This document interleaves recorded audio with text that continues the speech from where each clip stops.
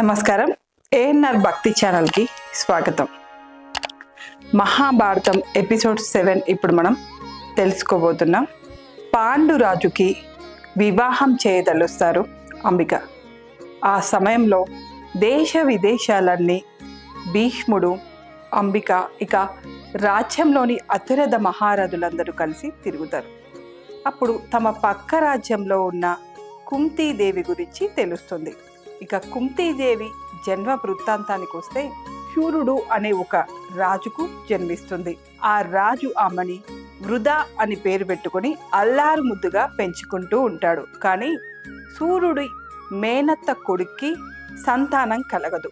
అతని పేరు కుంతిభోజుడు. కుంతిభోజుడికి సంతానం కలగకపోవడంతో సూర్యుడు వృధాని కుంతిభోజుడికి దత్తతిస్తాడు. కుంతిభోజుడి ఇంట్లో కుంతీదేవి అంటే వృధా పెరగడంతో ఆమె పేరు కుంతీదేవిగా మారిపోతుంది. కుంతిభోజుడు పెంచిన కుమార్తె కాబట్టి ఆమెని కుంతీదేవి అని పిలుస్తారు. అసలు కుంతీదేవి పూర్తి పేరు వృధ. ఇక కుంతిభోజుడి ఇంట్లో వృధ ఇంకా అల్లారు ముద్దుగా పెరుగుతూ ఉంటుంది. క్షత్రియ కాంత గనక యుద్ధ విద్యలు కూడా నేర్పిస్తారు. అలా కొన్నాళ్ళు గడుస్తూ ఉంటాయి. ఒకరోజు కుంతిభోజుడి ఇంటికి ఆదిత్యానికి దూర్వాస మహర్షి వస్తాడు. ఇక దూర్వాస మహర్షి గురించి చెప్పాల్సిన పనే లేదు. ప్రతి చిన్న విషయానికి కూడా శాపాలు పెడుతూనే ఉంటాడు. అలా కుంతిభోజుడింటికి ఆదిత్యానికి వచ్చిన దూర్వాస మహర్షిని చూసి కుంతిభోజుడు గడగడా వణుకుతాడు. అసలు ఈయనకి మేము ఆతిథ్యం ఇవ్వగలమా? ఒకవేళ ఇస్తే చిన్న తప్పు జరిగినా ఏదో ఒక శాపం పెడతాడే అని భయపడుతూ ఉంటారు. ఆ సమయంలో కుంతిభోజుడికి తన కుమార్తె అయిన కుంతీదేవి గుర్తొస్తుంది. కుంతీదేవికి చాలా ఓపిక. ఎంత ఓపిక అంటే భూమాతకున్నంత ఓపిక కుంతీదేవికి ఉంటుంది. అందుకని పని మనుషులని, తన ఇంట్లో ఉన్న పరిచారికల్ని ఎవ్వరినీ కూడా నమ్మకుండా తన కుమార్తె అయిన కుంతీదేవిని పిలిచి దూర్వాస మహర్షికి సపర్యలు చేయవలసిందిగా కోరుతాడు. దానికి కుంతీదేవి సంతోషంగా ఆనందంగా అంగీకరిస్తుంది. మహాభాగ్యం అనుకుంటుంది. దూర్వాస మహర్షి కుంతిభోజుడి అంతఃపురంలో ఉన్నన్ని రోజులు కూడా కుంతీదేవి దూర్వాస మహర్షికి సపర్యలన్నీ చేస్తుంది. ఇక దూర్వాస మహర్షి కుంతిభోజుడి అంతఃపురంలోంచి రాజ్యంలోంచి వెళ్ళిపోయే ఆ సమయంన కుంతీదేవిని దగ్గరికి పిలిచి ఆమె చేసిన సపర్యలన్నిటికీ తాను సంతుష్టున్నయ్యానని చెప్పి, బాలా, నువ్వు నాకు చేసిన సపర్యలు మామూలువి కావు. ఏ రోజు కొంచెం కూడా కోపం తెచ్చుకోకుండా ఆనందంగా నాకెన్నో సపర్యలు చేశావు. దీనికి నీకు ఏం వరం కావాలో కోరుకో బాలా అని దూర్వాస మహర్షి కుంతీదేవిని అడుగుతాడు. కానీ చిన్నదైన కుంతీదేవికి ఏం వరం కోరుకోవాలో కూడా తెలియదు. అప్పుడు దూర్వాస మహర్షియే, భవిష్యత్తులో నేను ఇప్పుడు ఇస్తున్న వరం నీకు ఉపయోగపడుతుంది. భవిష్యత్తుని నా దివ్య దృష్టితో చూసి నీకు ఈ వరం ఇస్తున్నాను. నీవు ఎప్పుడైనా సరే నీకు సంతానం కావాలి అని ఏ దేవుణ్ణైనా మనసులో తలుచుకొని కోరుకుంటావో ఆ దేవుడి అంశతోటి నీకు సంతానం కలుగుతుంది అని చెప్పి దూర్వాస మహర్షి కుంతీదేవికి వరం ఇచ్చి ఆ కుంతిభోజుడి రాజ్యాన్ని వదిలి అరణ్యానికి వెళ్ళిపోతాడు. ఇక అలా కొన్నాళ్ళు గడుస్తూ ఉంటుంది. ఒకరోజు దూర్వాస మహర్షి ఇచ్చిన వరం నిజమా అబద్ధమా అని తెలుసుకోవడానికి కుంతీదేవి ఆ మంత్రాన్ని జపిస్తూ సూర్య భగవానుడిని పిలుస్తుంది. ఆ మంత్రం మహిమ వల్ల సూర్య భగవానుడు ప్రత్యక్షమవుతాడు. అనుకోని ఆ పరిణామానికి భయపడిపోయిన కుంతీదేవి సూర్య భగవాన్ని చూసి, నన్ను క్షమించండి స్వామి, ఈ మంత్ర మహిమ ఉందా లేదా అని తెలుసుకోవడానికి మాత్రమే కేవలం నేను ఈ మంత్రాన్ని ప్రయోగించాను, మీరు రావాలని కాదు అని కుంతీదేవి సూర్య భగవానుడితో చెప్తుంది. అప్పుడు సూర్య భగవానుడు, బాలా, నన్ను చూసి భయపడకు. ఈ మంత్ర ప్రభావం వల్ల నేను వచ్చాను కనుక ఖచ్చితంగా నీకు సంతానం ఇచ్చి వెళ్ళాల్సిందే. నా ద్వారా నువ్వు సంతానం తీసుకోవాల్సిందే అని సూర్య భగవానుడు కుంతీదేవికి చెప్తాడు. అప్పుడు కుంతీదేవి, తండ్రి, ఈ సమయంలో నేను కన్యగా ఉన్న స్త్రీ పిల్లలకి తల్లి అయితే లోకం ఏమనుకుంటుంది, ఈ రాజ్యం ఏమనుకుంటుంది, నా తండ్రి అయిన కుంతిభోజుని పరువు ఏమవుతుంది, నా కన్యత్వం ఏమవుతుంది, ఇది తప్పు, నాకు ఈ సంతానం వద్దు అని సూర్య భగవానుడితోటి కుంతీదేవి చెప్తుంది. అప్పుడు బాల, నువ్వు భయపడకు, నువ్వు అనుకున్నట్లుగా నీ కన్యత్వం ఏమీ పోదు అని చెప్పి సూర్య భగవానుడు కవచ కుండలాలతో దేదీప్యమానంగా మెరుస్తున్న ఒక కుమారుణ్ణి కుంతీదేవి చేతిలో పెట్టి అంతర్ధానమై వెళ్ళిపోతాడు. ఈ హఠాత్ పరిణామాన్ని చూసిన కుంతీదేవి చాలా భయపడుతుంది. ఇప్పుడు ఈ బిడ్డని నేను ఏం చేయాలి అని అనుకుంటుంది. పుర ప్రజలందరికీ, రాజ్యంలోని ప్రజలందరికీ, రాజుకి, సామంత రాజులకి ఈ విషయం తెలిస్తే ఏమవుతుంది, నా తండ్రి పరువు ఏమవుతుంది, ఇలా పరిపరి విధాలుగా ఆలోచించిన కుంతీదేవి ఆ బిడ్డను బంగారంతో చేసిన ఒక పెట్టెలో వజ్రాలు, వైడూర్యాలు, మణులు, మాణిక్యాలు పెట్టి ఎంతో మెత్తని వస్త్రంలో చుట్టి నీళ్ళల్లో వదిలిపెడుతుంది. ఇక అలా ఆ ప్రవాహం ఎటువైపు అయితే వెళ్తుందో ఆ పెట్టె కూడా ఆ ప్రవాహాన్ని అనుసరించి నదిలో అలా వెళ్తూనే ఉంటుంది. కొంత దూరం వెళ్ళిన తర్వాత అతిరథుడు అనే శూద్రుడికి ఆ పెట్టె దొరుకుతుంది. ఆ పెట్టెను అతిరథుడు బొడ్డుకు తీసుకొని వచ్చి తెరవగానే అందులో వజ్రాలు, వైడూర్యాలు, మణులు, మాణిక్యాలతో పాటు కవచ కుండలాలతో కనిపించిన ఒక బాబు వారికి కనిపిస్తాడు. ఆ బాబుని చూసిన వెంటనే అతిరథుడికి అర్థమవుతుంది, ఇతను మామూలు మనిషి కాదు, ఏదో దైవాంశ అని తలచి తన భార్య అయిన రాధకు ఆ కుమారుణ్ణి ఇస్తారు. అయితే మణులు, మాణిక్యాలతో బంగారం పెట్టెలో దొరికిన ఆ కుమారుడికి వారు వసుసేనుడు అని నామకరణం చేసుకుంటారు. అలా వసుసేనుడు అతిరథుడు రాధ దగ్గర పెరుగుతూ ఉంటాడు. అతడే కర్ణుడు. పాండురాజుకి వివాహం చేయదలిచి దేశ విదేశాలు తిరిగిన రాజ్యంలోని అంబిక, ఇక భీష్మ పితామహుడు, మిగిలిన వాళ్ళందరికీ కూడా పక్క రాజ్యంలో ఉన్న కుంతీదేవి గురించి తెలుస్తుంది. ఆ సమయంలోనే కుంతి భోజుడు కుంతీదేవికి స్వయంవరాన్ని ప్రకటిస్తాడు. ఆ స్వయంవరానికి పక్క రాజ్యం నుంచి అనేక మంది రాజులు వస్తారు. కానీ చివరికి కుంతీదేవి పాండురాజును చూసుకొని పాండురాజును మెచ్చి పాండురాజు మెడలో వరమాల వేస్తుంది. అలా ఆ విధంగా కుంతీదేవికి పాండురాజుకు వివాహం జరుగుతుంది. అలా కొన్నాళ్ళు గడుస్తూ ఉంటుంది. హస్తినాపురానికి పక్కనే మాదిరి రాజు ఒక రాజ్యాన్ని పరిపాలిస్తుంటాడు. అతనికి ఒకే ఒక కుమార్తె ఉంటుంది, ఆమె మాద్రి.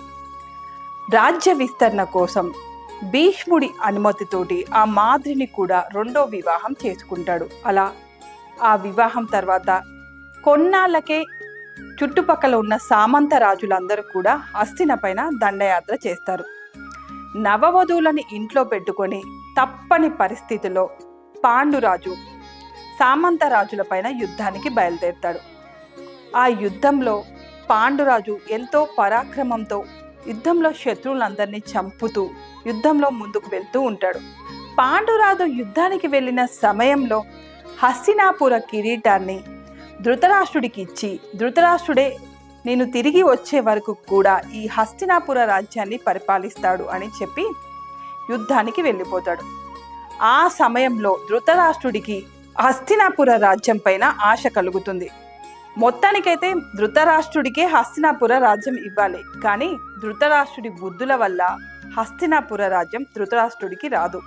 పాండురాజుకు ఆ రాజ్యం వస్తుంది. కానీ ధృతరాష్ట్రుడు నేను అంధుడవడం వల్ల ఈ రాజ్యం నాకు రాలేదు, నేను అంధుడవడం వల్ల నాకంటే చిన్నవాడైన పాండురాజుకి రాజ్యం వచ్చిందని మనసులో కుళ్ళు కుతంత్రం పెట్టుకొని రగులుతూ ఉంటాడు. ఆ సమయంలోనే పాండురాజు యుద్ధానికి వెళ్ళడంతో కిరీటాన్ని, రాజ్యాన్ని అన్నకిచ్చి వెళ్తాడు. ఇక అదే సమయంలో ధృతరాష్ట్రుడి పక్కనే ఉన్న ఆయన బావమర్ది శకుని కూడా దీనికి ఆద్యం పోస్తాడు. నువ్వు అంధుడు అవ్వడం వల్లే నీకు రాజ్యాన్ని ఇవ్వలేదని ఆద్యం పోసి ఇంకా ధృతరాష్ట్రుని మనసులో విషం నింపుతాడు. అలా పాండురాజు యుద్ధం చేసి తిరిగి హస్తినాపురికి వస్తాడు. ఆ సమయంలో పాండురాజు ఎంతో అలసిపోయి ఉంటాడు.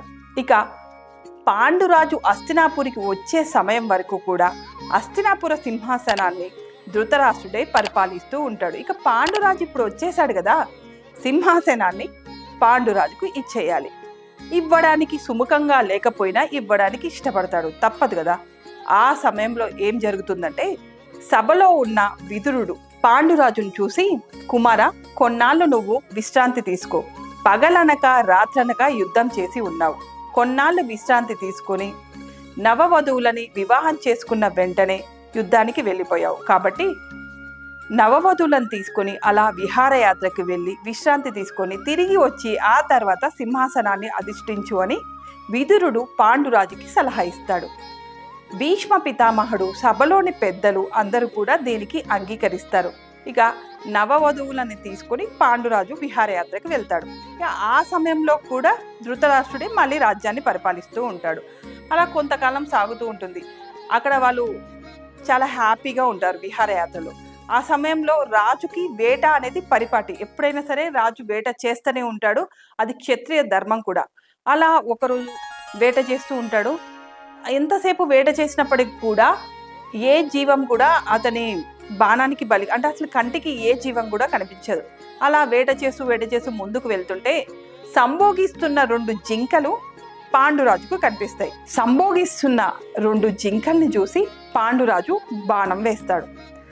ఆ బాణం వేస్తున్న సమయంలో ఆడజింక ఆ బాణం తగిలి కింద పడి చనిపోతుంది. ఇక మగ జింకకు కూడా బాణం తగిలి కొన ఊపిరితో ఉంటుంది. ఆ సమయంలో మగ జింక తన నిజ రూపంలోకి వస్తుంది. నిజానికి ఆ 2 జింకలు కాదు, 2 ఋషి దంపతులు. కిందముడు అనే ఋషి, అతని భార్య.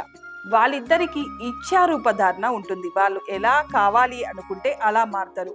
ఆ సమయంలో వాళ్ళు జింకలుగా మారి రతి జరపాలి అనుకొని జింకలుగా మారుతారు. అలా జింకలుగా మారిన కిందముడు పైన పాండురాజు బాణం వేస్తాడు. చివరి ఊపిరితో ఉన్న కిందముడు దగ్గరికి పాండురాజు వచ్చి చూస్తూ ఉంటాడు. ఆ సమయంలో కిందముడు పాండురాజును చూసి, రాజా, రతి జరుపుతున్న జీవులపైన బాణం వేయడం అనేది తప్పు కదా, మీరు ఇలా ఎందుకు చేశారు అని కిందముడు పాండురాజును అడగగా, దానికి పాండురాజు వేట అనేది క్షత్రియ ధర్మం అని చాలా తల పొగరుగా, కొంచెం కూడా పశ్చాత్తాపం లేకుండా సమాధానం చెప్తాడు. వెంటనే కిందముడు, మూగ జీవులపైన, తిరిగి మీపై ఎదురు తిరగలేని జీవులపైన, రతి జరుపుతున్న జీవులపైన బాణం వేయడం, వాటిని సంహరించడం అనేది తప్పు. మీరు క్షత్రియ ధర్మాన్ని వీడారు, వేట ధర్మాన్ని మీరి ఇలా ప్రవర్తించారు. కాబట్టి మీరు మీ భార్యతోటి సంగమం జరపాలి అనుకున్నప్పుడు మీరు మరణిత్తురు కాక అని కిందముడు శాపం పెట్టి తన కొన ఊపిరిని కూడా వదిలేస్తాడు. ఇక కిందముడు దంపతులకి పాండురాజు అంత్యక్రియలన్నీ జరిపి హస్తినాపురికి తన 2 భార్యల్ని తీసుకొని వెళ్ళిపోతాడు.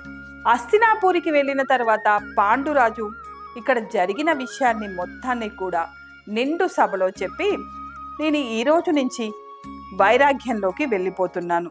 నాకు రాజ్య భోగాలపైన దేనిపైన ఆశ లేదు. నేను నా భార్యలు అందరం కూడా అరణ్యవాసానికి వెళ్ళిపోతున్నామని చెప్పి పాండురాజు అతని 2 భార్యలు అంటే కుంతీదేవి, మాద్రీదేవిని కూడా తీసుకొని పాండురాజు అరణ్యవాసానికి వెళ్ళిపోతాడు. ఇక ఇక్కడి నుంచి అంటే పాండురాజు విహారయాత్రకు వెళ్ళిన సమయంలో, అంతకంటే ముందు యుద్ధానికి వెళ్ళిన సమయంలో కూడా కేవలం ధృతరాష్ట్రుడు ఒక ఆపద్ధర్మంగా మాత్రమే కిరీటాన్ని పెట్టుకుంటాడు. నవ్వడే చెప్పాలంటే ఆపద్ధర్మ ముఖ్యమంత్రి. అప్పుడు కూడా ఆయన ఆపద్ధర్మ రాజుగా ఉంటాడు. కానీ ఇప్పుడు పాండురాజు నాకు రాజభోగాలతో అవసరం లేదు అని చెప్పి వెళ్ళిపోయిన తర్వాత ఇప్పటి నుంచి ధృతరాష్ట్రుడు పూర్తి రాజుగా హస్తినాపురికి ఉంటాడు. ఇక పాండురాజు తన భార్యల్ని తీసుకొని అరణ్యవాసానికి వెళ్ళి అక్కడే కాలం గడుపుతూ ఉంటాడు. అలా కాలం గడుస్తూ ఉంటుంది. అయితే కిందముడు పెట్టిన శాపం నిజమయ్యి పాండురాజు మరణించాడా? మరి పాండవుల పుట్టుక అనేది ఎలా జరిగింది? పాండురాజుకి అసలు పిల్లలు పుట్టే యోగమే లేనప్పుడు పాండవుల పుట్టుక రతి జరిపితేనే చనిపోయేటప్పుడు పాండవుల పుట్టుక ఎలా జరిగింది? ఇక కౌరవుల పుట్టుక అనేది ఎలా జరిగింది అనేది మనం తర్వాతి ఎపిసోడ్లో తెలుసుకుందాం.